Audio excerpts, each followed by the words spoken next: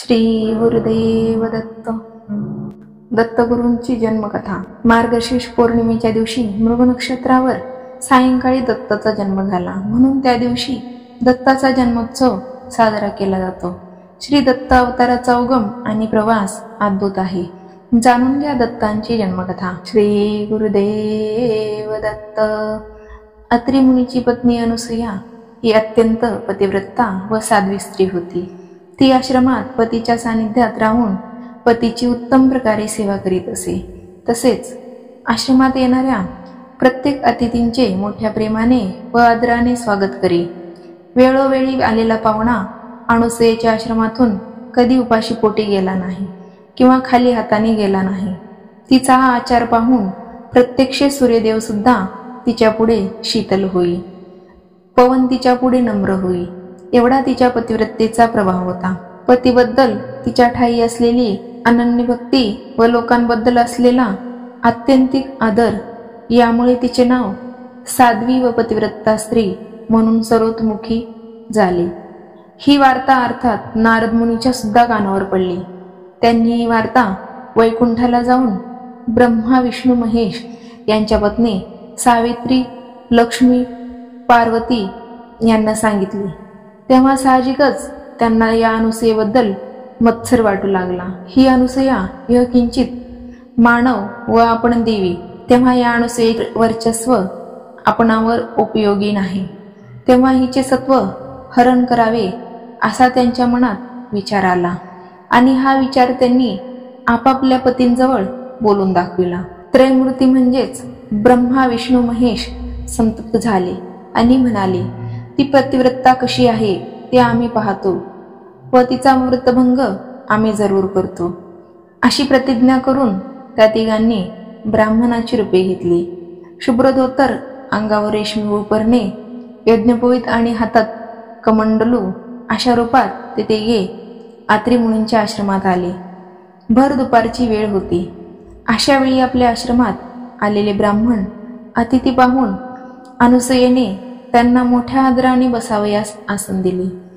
त्यांचे चरण धुतले व भक्तिभावाने त्यांचे पूजन केले. त्यांना पाटावर बसवून जेवण वाढले. पण तिला अतिथी म्हणाले, आम्हास विवस्त्र होऊन अन्न वाढावे. आसनी बैसता सत्वर, मनती क्षुधा लागली फार, नग्न होणी निर्धार, इच्छा भोजन देईन जे. हे ऐकताच अनुसूया चिंतन करीत मनात म्हणाली, हे कोणी सामान्य साधू नाही, तर हे माझे सत्व पाहण्याकरिता आले असावे. यास जर विनमुख पाठविले तर माझ्या सत्वाची हानी होईल. माझे मन निर्मळ आहे, शिवाय माझ्या पतीचे तपसामर्थ्य माझ्या मागे आहे. असा विचार करून अनुसूया तात्काळ घरात गेली. त्यावेळी तिचे पती देवाजवळ ध्यानस्थ बसले होते. त्यास ही सारी कथा निवेदन केली. तेव्हा मुनींनी अंतर्ज्ञानाने हे सारे ओळखले व आपल्या पत्नीस एका पंचपात्रात गंगोदक देऊन म्हणाले, हे गंगोदक त्या अतिथींच्या अंगावर उडव व त्यांना इच्छा भोजन दे. तेव्हा पतीच्या आज्ञेप्रमाणे तीर्थाची पंचपात्री हाती घेऊन अनुसूया आश्रमाबाहेर आली. हातातील गंगोदक त्या तिघांवर उडविले. तो काय, त्या गंगोदकाचा स्पर्श होताच ते तिघे अतिथी तत्काळ बालक झाले. तेव्हा अनुसूयेने तात्काळ त्यांना उचलून कडेवर घेतले आणि त्या अतिथींच्या इच्छेप्रमाणे तिघा अतिथींची बालके झाली. ती बालके रडू लागली. तेव्हा त्यांना भूक लागली असेल असे समजून अनुसूयेने त्यांना यथेच्छ स्तनपान करविले. त्यांचे पोट भरल्यानंतर त्यांना पाण्यात घालून थोपटून झोपविले. स्वर्ग लोकात तीनही देवस्त्रिया आपल्या पतींची वाट पाहू लागल्या. तेव्हा नारद मुनी अत्रि मुनींचा निरोप घेऊन स्वर्गलोकी आले व घडलेली घटना सांगितली. त्या चिंताग्रस्त झालेल्या त्या तिघी अनुसूयेकडे गेल्या. तिची त्यांनी करुणा वाकून झालेली सारी कथा निवेदन केली व अनुसूयेची क्षमा मागितली. अनुसूयेस दया येऊन तिने हा वृत्तांत आपल्या पतीस सांगितला. तेव्हा अत्रि मुनींनी पुन्हा गंगोदक देऊन ते त्या बालकांवर शिंपडण्यास सांगितले. तेव्हा हातात तीर्थाची पंचपात्रे घेऊन अनुसूया बाहेर आली.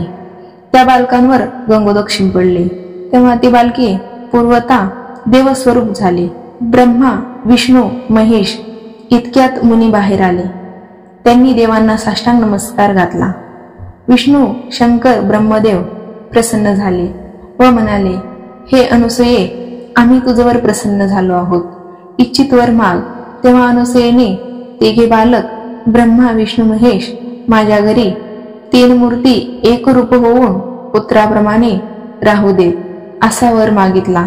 तेव्हा तथास्तु असे म्हणून देव अंतर्धान पावले. अशा तऱ्हेने मार्गशीर्ष शुक्ल चतुर्दशीच्या दिवशी दत्तात्रेयाचा जन्म झाला.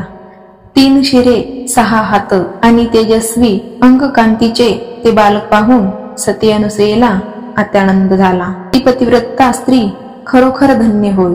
तेव्हापासून आजपर्यंत मार्गशीर्ष शुक्ल पौर्णिमेला प्रदोषकाली दत्त जयंतीचा उत्सव प्रतिवर्षी साजरा होतो. ही होती दत्त जन्माची कथा.